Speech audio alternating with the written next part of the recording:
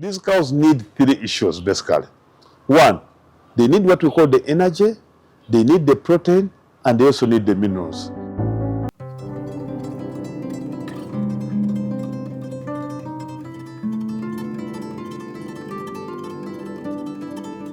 My name is Hudu Chwana Kasirye. Hudu Chwana Kasirye is the CEO of Kasirye Breeders Mityana.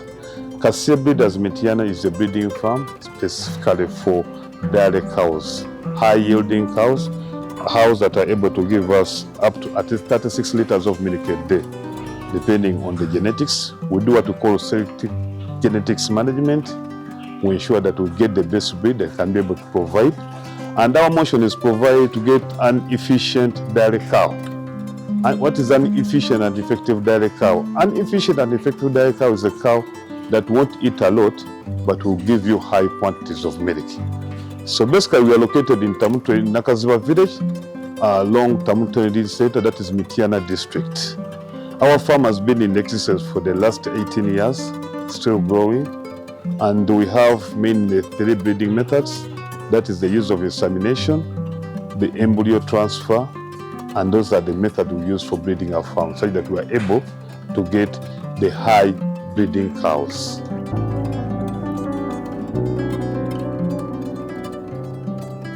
Now, when we talk about feeding, we have to consider basically three issues. These cows need three issues basically. One, they need what we call the energy, they need the protein, and they also need the minerals.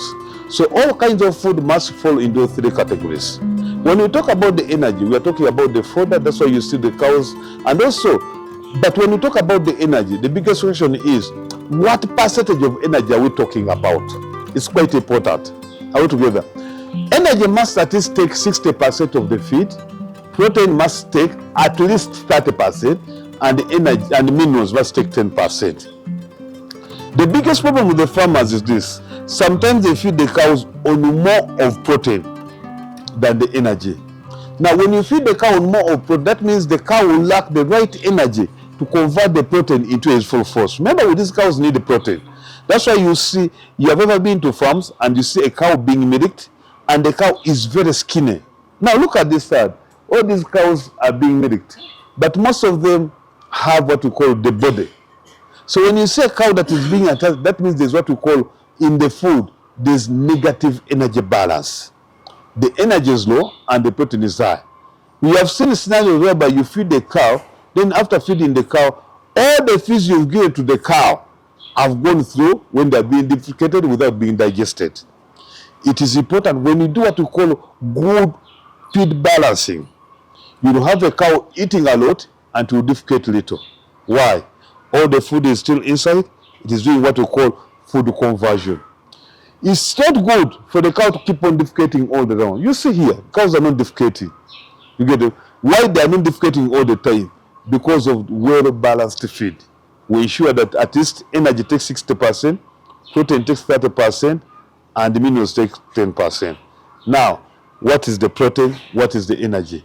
When we talk about the energy, we are talking about the fodder, that is the maize fodder. We are talking about the napier grass, Chloris guyana. We are talking about all those foods that are rich in energy. We talk about the maize bran, we talk about the wheat bran. All that is you're feeding the cow energy. Now, when we talk about protein, a cow must get at least the radiums, that is alpha. It must get at least desmodium. Those are lusansa. All those are protein-giving feeds. We talk about soya. We talk about cotton seed cake. We talk about sunflower. All that is protein. And your cow must get at least 30% of that. Of course, when you talk about minerals, that is the mineral link. This cow's normal link. You see that? Now that one is getting minerals. That's the mineral link. It's also important. That one will help the cow to be able to get calcium. And actually, and that's how the cow is supposed to eat. Of course, when the cow is still young, maybe it is a calf. One thing we normally consider that we give more of its protein because we want it to grow faster. But I also don't get what when it's still young, when it is a calf, because I know it is feeding more on the milk, and the milk is well balanced. That's why it's not even advisable. Don't stress yourself by if you're getting palace, what. The milk is rich enough for the first 3 months after birth. Then after 3 months, you're introducing this cow to fodder and dry grass. So you give it that, you give it the dairy meal, the maize bran, the what, And also, you can also give it some mokene, because animal protein is very important to these cows.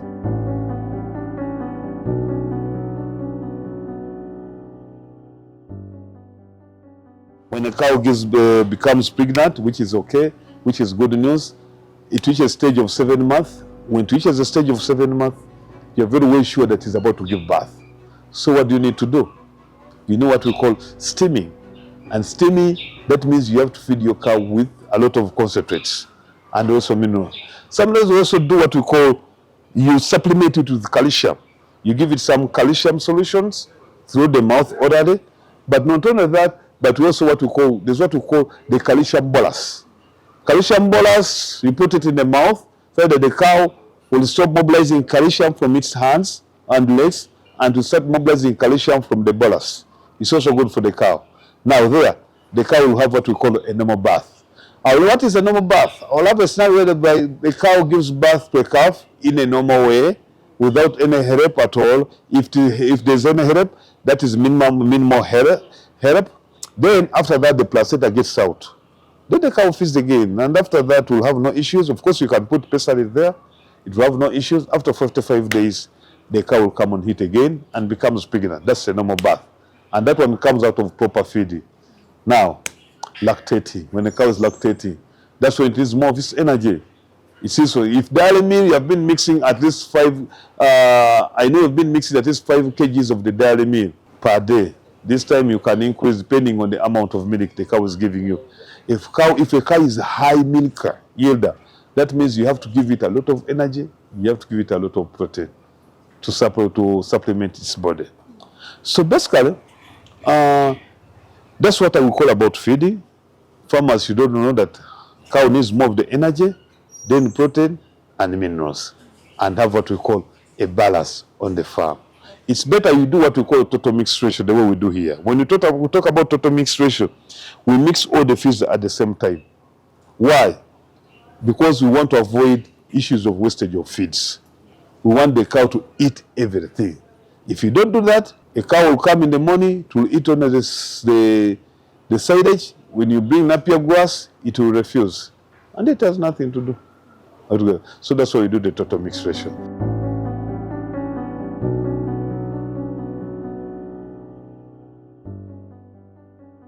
Now, when the feeds ferment a bit, one, it is very nutritious for the cow, first of all.